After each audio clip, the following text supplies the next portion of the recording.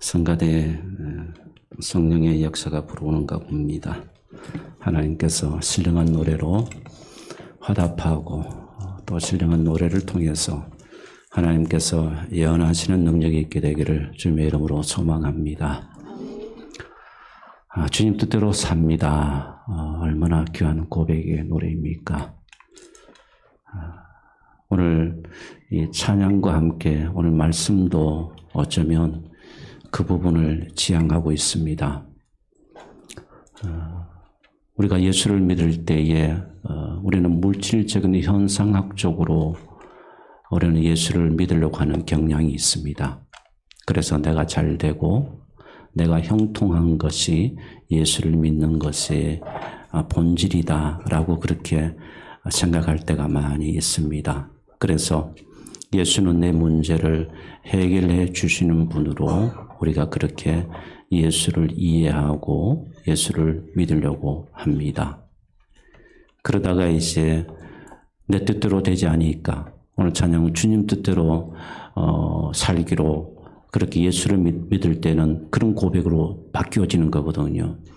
이제는 내 뜻대로 사는 삶에서 예수를 믿는 순간부터 이제는 주님의 뜻대로 삽니다라고 고백으로 바뀌어지게 되는데, 그런데 여전히 우리가 예수를 믿으면서도 내 뜻대로 살려고 하는 이 의지가, 이 욕구가 자꾸 발동을 하거든요.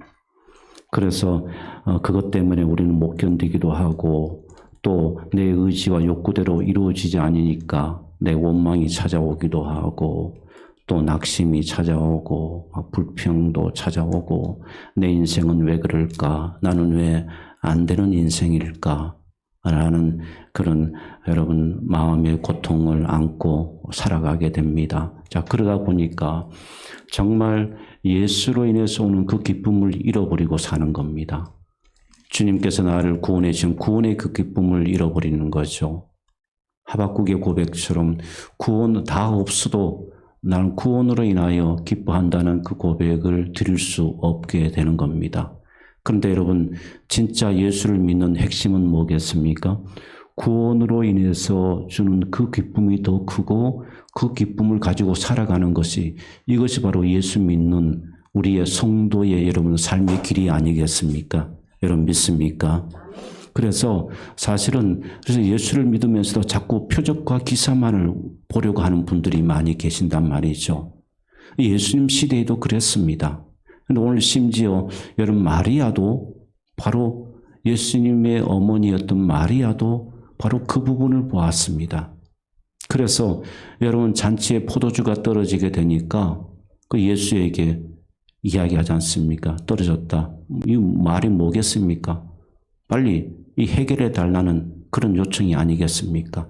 그런 마음, 그런 요청 없이 왜 예수님에게 여러분 그 이야기를 해야만 했겠습니까? 그래서 여러분 자꾸만 우리가 나도 모르게 우리가 믿음 생활하면서 실수하는 것이 무엇인가 하면 예수님께서 왜 오셨는가? 예수님은 도대체 나에게 어떤 분이신가?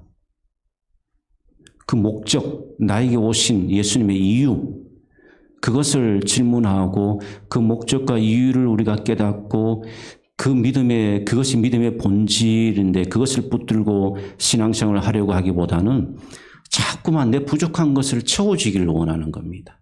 이것도 채워지고 이 부분도 채워지고 내 인생을 살다가 떨어지는 것이 있잖아요. 부족한 것이 있으니까 자꾸 그것만 채워지기를 원하는 거죠. 그래서 자꾸만 내 시선이 현상만을 바라보는 겁니다. 그래서 내 시선이 자꾸만 물질적 세계관에 여러분 갇혀 있는 겁니다.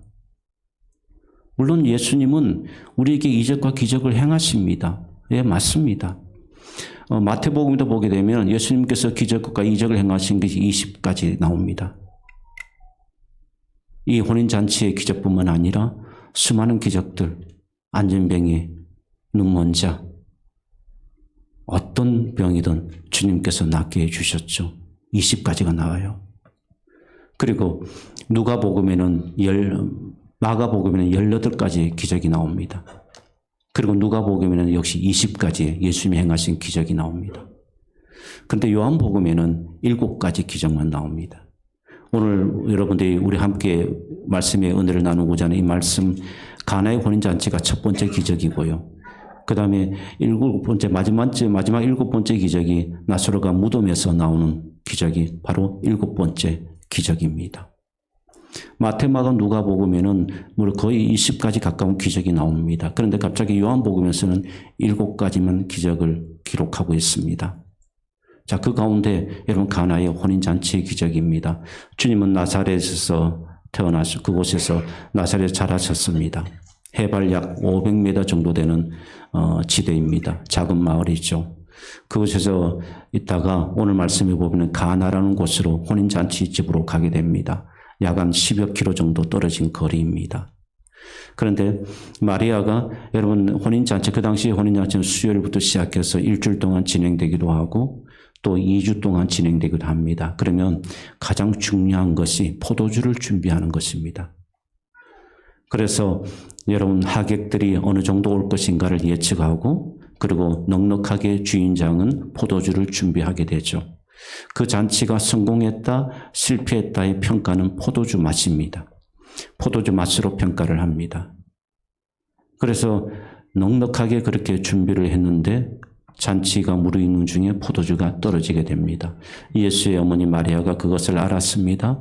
그렇게 본다면 여러분 바로 지금 예수님께서 가신 가나의 혼인잔치는 아마도 친척 관계가 아닌가, 아니면 아주 너무나 잘 아는, 왜냐하면 마리아가 포도주가 떨어진 것을 알 정도면 그 정도의 관계가 있지 않았을까, 그렇게 조심스럽게 예측을 해보는 겁니다. 자, 그때 마리아가 알고 예수님께 말하죠. 포도주가 떨어졌다. 자, 그때 여러분 주님이 뭐라고 말씀하시는지 아십니까? 오늘 본문을 읽으시면서 여러분 보셨죠? 여자여, 나와 무슨 상관이 있나이까? 나와 무슨 상관이 있나이까?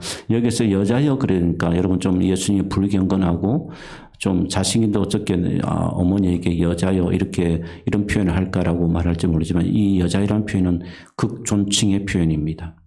번역으로 이렇게 해서 예수님이 마치 아주 못된 사람처럼 그렇게 보여지지만 사실은 여자여라는 단어 표현은 아주 극존칭으로 어머니에게 하는 그런 여러분 단어입니다.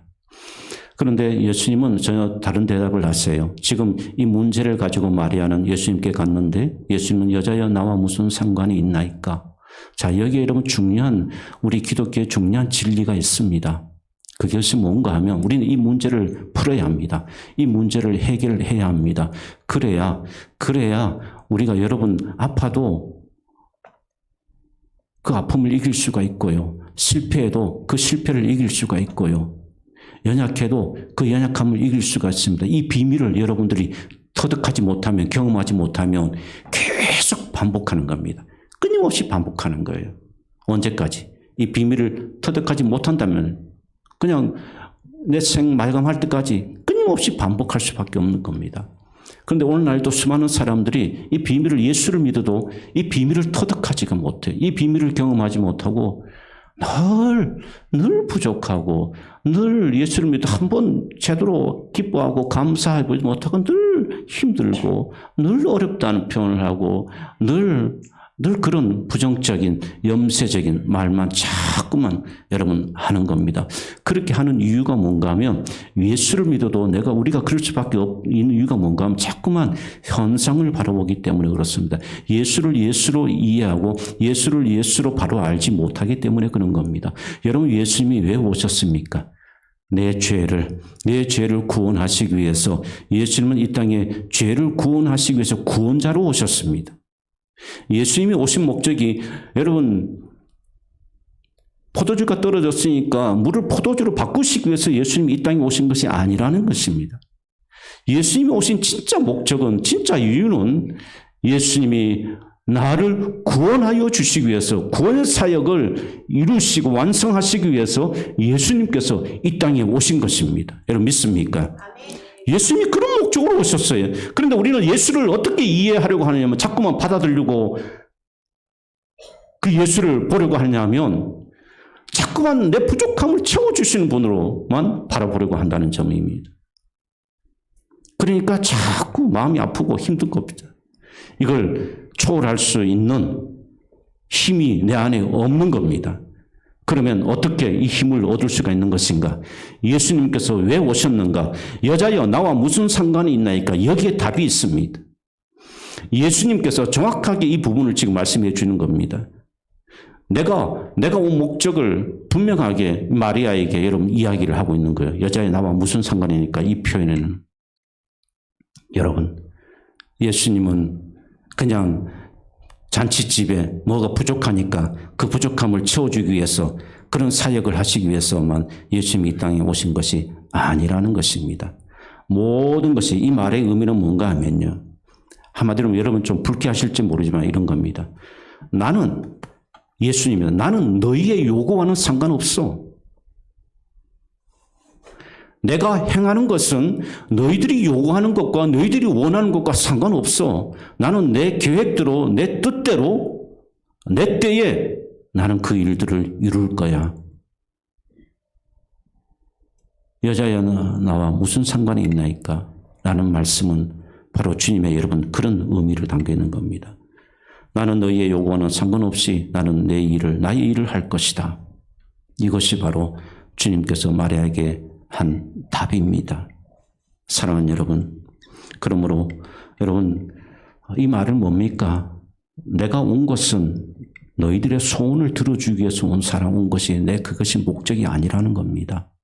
너희들의 죄의 문제를 해결해 주기 위해서, 너희들의 죄의 문제를 해결해 주고 너희들을 구원의 길로 인도하기 위해서 내가 이 세상에 왔다. 바로 그것을 주님께서 우리에게 여러분 말씀해 주고 계시는 것입니다. 그래서 여러분 이것이 바로 기독교의 핵심 교리입니다. 믿습니까? 이것이 우리가 믿는 믿음의 핵심인 겁니다.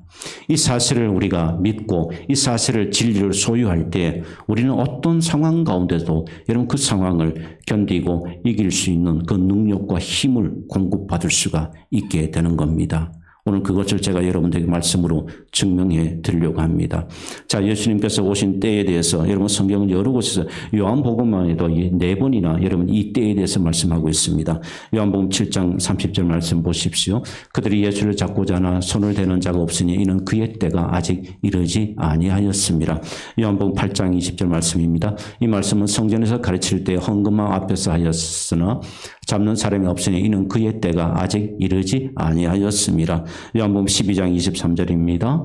예수께서 대답하시되 이르시되 인자가 영광을 얻을 때가 왔노라. 여러분 이 때에 대해서 말씀은 다 사람들이 원하는 때입니까? 우리들이 용하는 때인가요? 우리들이 원하는 정답입니까? 아니에요. 내가 원하는 우리들이 원하는 시간과 우리들이 원하는 상황이 아닙니다. 다 하나같이 하나님 주님의 때임을 우리에게 말씀해 주고 있습니다. 우리의 그러므로 시선과 우리의 신앙의 시선이 표본이 중심이 어디에 있냐면 주님의 때에 맞춰야 되고 주님의 마음에 맞춰야 되고 주님의 계획하심에 우리가 맞춰야 된다는 사실입니다. 여러분 믿으십니까? 그래서 이것이 바로 믿음의 본질입니다. 자, 그런데 여러분 이때 상황을 조금 정황을 한번 보겠습니다. 그러면서 우리의 상황을 좀 들여다보기를 원하는데 자, 물이 떨어졌습니다. 그때 마치 6절 말씀을 보십시오. 오늘 본문의 6절 포도주가 떨어졌는데 6절 말씀을 보시게 되면 거기에 유대인의 정결 예식을 따라 두세 통 드는 돌 항아리 6이 놓였는지라. 자, 여기에 여러분 아주 중요한 의미가 여기에 담겨 있습니다.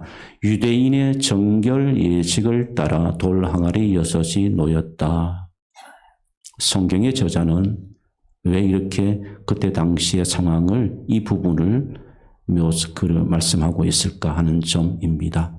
자, 여러분 이것은 유대인의 정결법을 보아야 합니다. 유대인들은 철저하게 정결, 몸을 깨끗하게 하는데 그들이 아주 집중했습니다. 그러니까 마음을 깨끗하게 하는 일에 집중이 되어져야 하는데 그들은 유전에 따라서 손과 발을 깨끗하게 하는데 집중했다는 겁니다. 형식에 집중했다는 거예요. 그들의 율법에 집중했다는 것을 보여주고 있는 겁니다. 여러분 또 보게 되면 그래서 여러분 가정마다 물이 떨어지면 안 되는 겁니다. 그들의 유전이기 때문에 이건 생명과도 같은 겁니다. 떨어질 수가 없어요. 그런데 여러분 오늘 거기에 떨어진 거죠.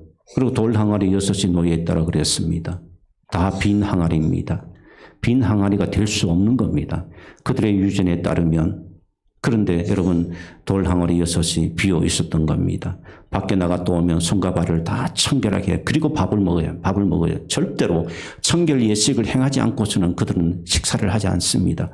그래서 여러분 그들은 늘 이렇게 자신의 몸을 청결하는데 그들이 집중을 했습니다. 부지런히 씻고 그토록 장로들의 유전을 소중하게 여겼던 그들입니다.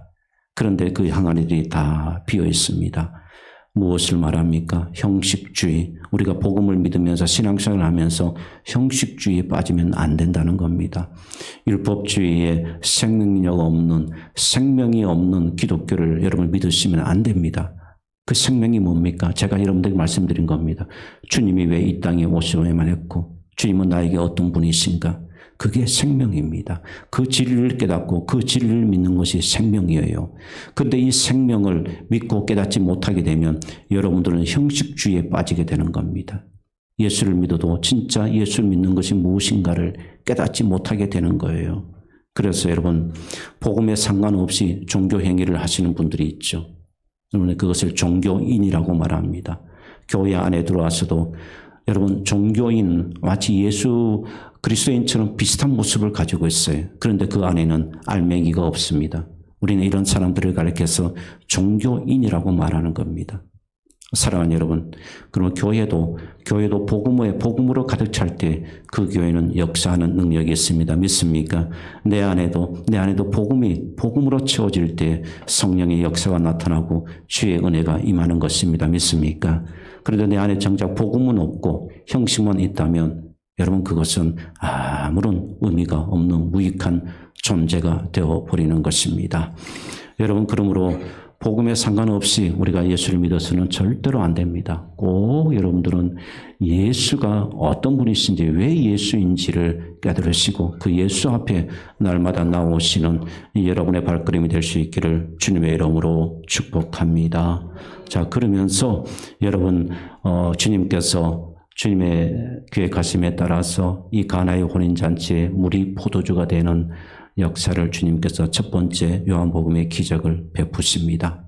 그러면 주님께서 왜 그러면 우리에게 이런 기적과 이사를 행하시는 것인가? 그게 중요합니다. 그 목적이 있습니다. 바로 11절 말씀입니다. 11절 말씀을 다시 한번 볼까요? 11절 말씀 보시면은 예수께서 이 첫 표적을 갈릴리 가나에서 행하여 그의 영광을 나타내심에 제자들이 그를 믿으니라. 왜 여러분 주께서 이 표적을 행하셨을까? 그의 영광을 나타내시려고 하셨다는 겁니다. 그의 영광. 하나님의 성품입니다. 하나님의 능력입니다. 하나님의 뜻이 그 계시되어서 나타나는 것이 바로 그의 영광, 독사 그의 영광을 말하는 것입니다. 그러므로 이 표적에 그의 영광이 나타나는 것, 십자가의 은혜와 긍휼과 용서와 참음과 인내와 그 모든 것이 바로 여러분 표적 가운데 그의 영광이 나타난다라고 우리에게 말씀해 주고 있는 것입니다. 그의 영광 첫 번째가 무엇입니까? 바로 물이 포도주가 되는 역사, 은혜가 나타나게 된 거죠. 무엇입니까? 변화를 말합니다. 사랑하는 여러분, 우리는 예수를 믿으면서 다 변화된 존재입니다. 여러분 보십시오. 그래서 예수 믿지 않는 사람들이 교회에 와서 예수를 믿고요. 여러분 성품도 변하고 그 삶도 변하는 모습을 보고 깜짝깜짝 놀랄 때가 있습니다. 그리고 어떤 분은요. 여러분 이 얼굴도 마치 성형 수술을 한 것처럼 얼굴도 바뀌어져요. 진짜입니다. 여러분 거짓이 아닙니다. 예수를 믿으면 얼굴도 달라집니다. 얼굴도 달라져요. 믿습니까? 하나님 성령께서 여러분의 얼굴을 성령 수술해 주시는 겁니다. 믿습니까? 그래서 예수를 교회 다녔는데 예수를 믿고 야, 너 많이 바뀌었어. 당신 정말 많이 변했어. 그런 것은 여러분 안에 예수가 있기 때문에 그 예수로 인하여서 여러분의 표정이 여러분이 바뀌게 된 것입니다. 있습니까? 바로 성령께서 여러분 그 일을 행하시는 것입니다. 이것이 바로 예수를 믿을 때 나타나는 놀라운 변화요 은총입니다. 이런 변화들을 많이 여러분 경험하시는 은혜가 있기를 축복합니다. 그리고 여러분 보십시오. 두 번째 영광이 뭔가 하면 불가능한 겁니다. 물이 어떻게 포도주가 되겠습니까? 그리고 이전에 나왔던 포도주보다 더 맛있다라고 그렇게 기록을 하고 있습니다. 더 탁월했다고 말씀하고 있습니다. 이거는 여러분 정말 불가능한 상황입니다. 이런 불가능한 상황 속에서 또 여러분 주님께서 기쁨을 회복시켜 주신 것입니다. 포도주가 떨어지면 잔치의 흥이 다 떨어집니다. 없어지게 되죠. 기쁨이 사라집니다. 그런데 예수님께서 다시 그 기쁨을 회복시켜 주신 것입니다. 사랑하는 여러분, 예수를 믿음으로 여러분의 기쁨이 회복되기를 주님의 이름으로 축복합니다. 그러니까 여러분 예수를 믿으면 당연히 우리에게는 기쁨이 있습니다. 이 기쁨이 그래서 뭐라고 우리에게 말합니까? 항상 기뻐하라. 항상 기뻐하라. 내가 힘들 때에는 싫고 어렵고 아플 때에는 여러분 원망하고 그러지 말고 항상 기뻐하라. 그래서 예수를 믿을 때 우리 안에 있는 증거가 무엇인가 하면 이 기쁨이 우리 안에서 일어난다는 겁니다. 사랑하는 여러분, 그러므로 하나님께서 우리가 예수를 믿음으로 얻게 되는 것은 조건으로 기뻐하는 것이 아닙니다. 절대 기쁨입니다. 믿습니까? 절대 기쁨. 그 예수로 인해서 그냥 기쁜 겁니다. 그 예수로 인해서 그냥 감사가 되는 겁니다. 그 예수 때문에 예수로 인해서 그냥 여러분 원망이 되지 아니하고 그 예수 때문에 내가 감사하며 기뻐할 수가 있게 되는 겁니다. 이것이 바로 복음의 본질입니다. 사랑하는 여러분, 이 복음의 본질을 여러분들이 꼭 가질 수 있게 되기를 소망합니다. 한마디로 말하면 여러분 이런 겁니다. 여러분 즐거우십니까? 여러분 즐거우세요? 여러분 즐거우십니까? 즐거우셔야 합니다. 왜 즐거우셔야 하냐면 예수님 때문에 그렇다는 겁니다. 믿습니까? 예수님 때문에 그래서 우리 그리스도인들은 항상 즐거워야 돼요. 항상 즐거워야 됩니다. 여러분 이 진리를 이해할 수가 있겠습니까? 예수로 인해서 우리가 항상 즐거워야 하는 겁니다. 사랑하는 여러분, 그래서 오직 하나님으로 인해서 오늘 주어지는 그 기쁨을 저는 여러분들이 꼭 누리시고요.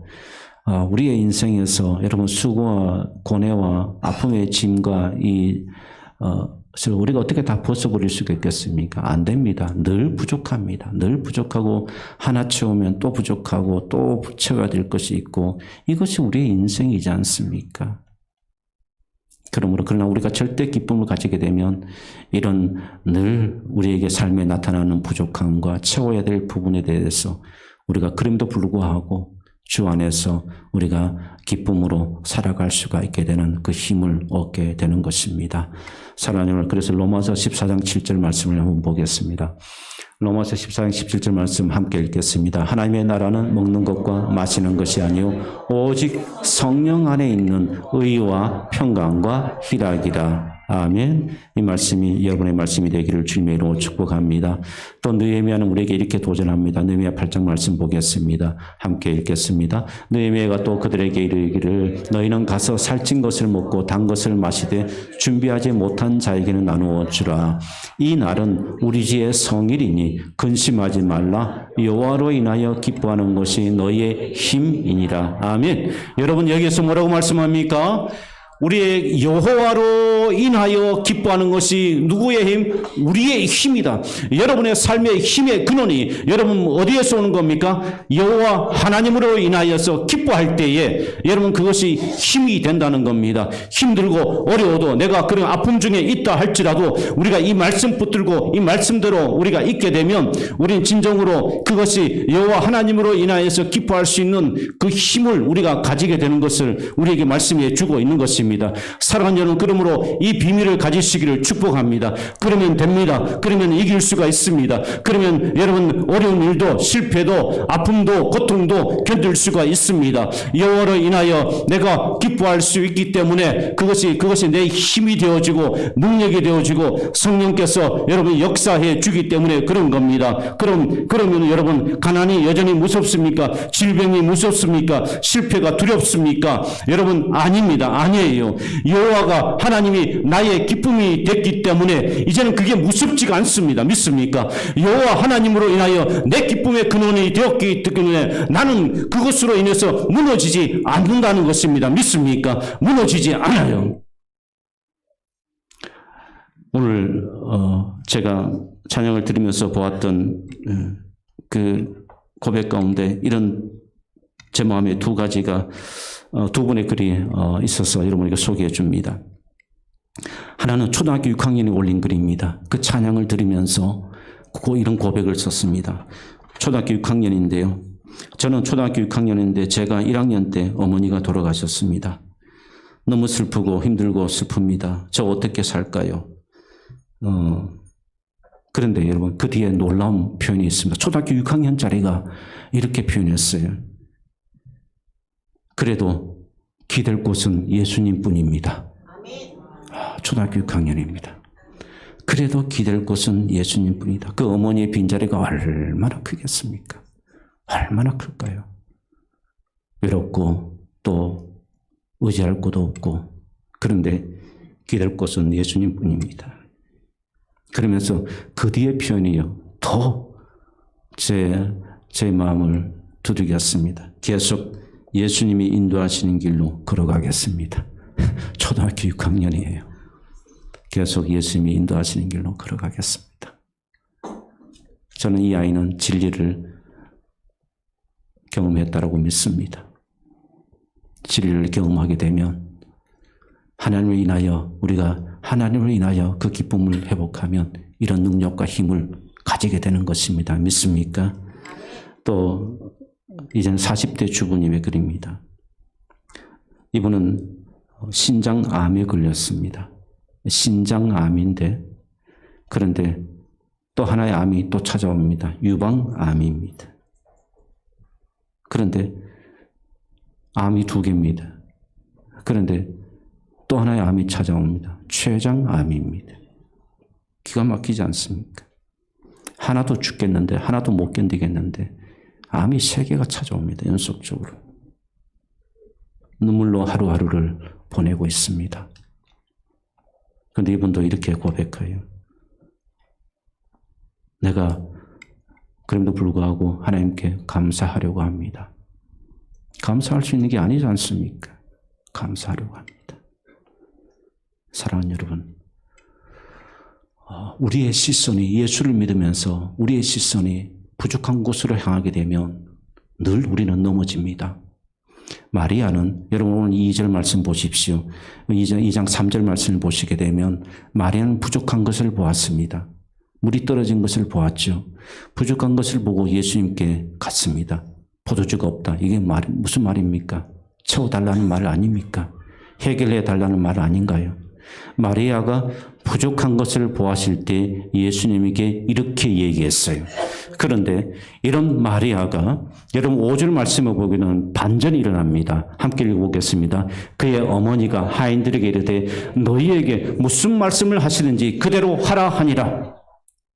3절 말씀에는 부족한 것을 보았을 때 그저 그 부족한 것을 채우기 위해서 예수님께 왔다면 이제 이 마리아의 시선이 달라졌습니다. 그 사이에 예수를 알고 예수께서 어떤 분이신가를 알고 그 다음에 뭐라고 말하면 너희에게 무슨 말씀을 하시든지 그대로 하라 하니라.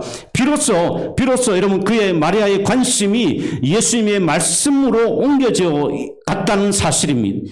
이것이 중요합니다. 이로 인해서 여러분 이 가나의 혼인잔치의 역사가 일어나게 된 것입니다. 그저 빈 곳을 바라봤을 때 여자여 나와 무슨 상관이 있나이랄까 하고 예수님께서 그렇게 말씀하셨던 예수님이 왜 예수님이 가나의 혼인잔치에 기적의 역사를 베풀어 주셨는가? 바로 이 고백입니다. 이 고백. 너희에게 무슨 말씀을 하시든지 그대로 하라 하니라. 그때 예수님께서 신적 권위와 능력을 나타내시고 하나님의 영광을 드러내시게 된 것입니다. 믿습니까? 사랑하는 여러분 무엇을 말합니까? 말씀으로 주님 앞으로 우리가 돌아갈 때 거기에 참된 변화가 있고 힘을 얻게 되고 능력을 공급받게 된다는 것을 말씀해 주고 있는 것입니다. 믿습니까? 그러므로 여러분 주님의 말씀 앞에 나아가시기를 소망합니다. 그저 여러분 왜 내 기도가 들어지지 않을까? 그저 왜 내 요구가 내 빈자리가 채워지지 않을까? 여러분 거기에 집중하지 마시고 그럴수록 하나님의 말씀에 집중하십시오. 믿습니까? 그럴수록 여러분의 마음을 하나님의 말씀 앞으로 가져가십시오.